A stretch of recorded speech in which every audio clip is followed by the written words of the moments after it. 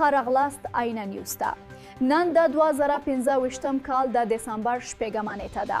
زه لیلا یم. پوتین د طالبانو له حکومت سره د اړیکو ساتل خورا مهمه چاره ده. او اوس هیواد پاتې خبرونه له تاسو سره شریک کړي. پوتین وایي د طالبانو له حکومت سره اړیکې د افغانستان د وضعیت لپاره ضروري دي او طالبان د ترهګرۍ ضد او د کوکنارو د کمولو په برخو کې پرمختګ لري.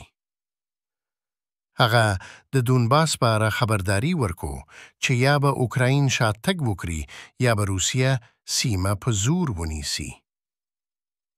اوکراین د خاورې سپارل نه مني او مذاکراتي اختلافات لا هم پر ځای دي. پوتین هند ته د دفاعي اړیکو د پیاوړتیا لپاره ورغلی په داسې حال کې چې هند د روسي تیلو 70 پیرودونکي شوي دی.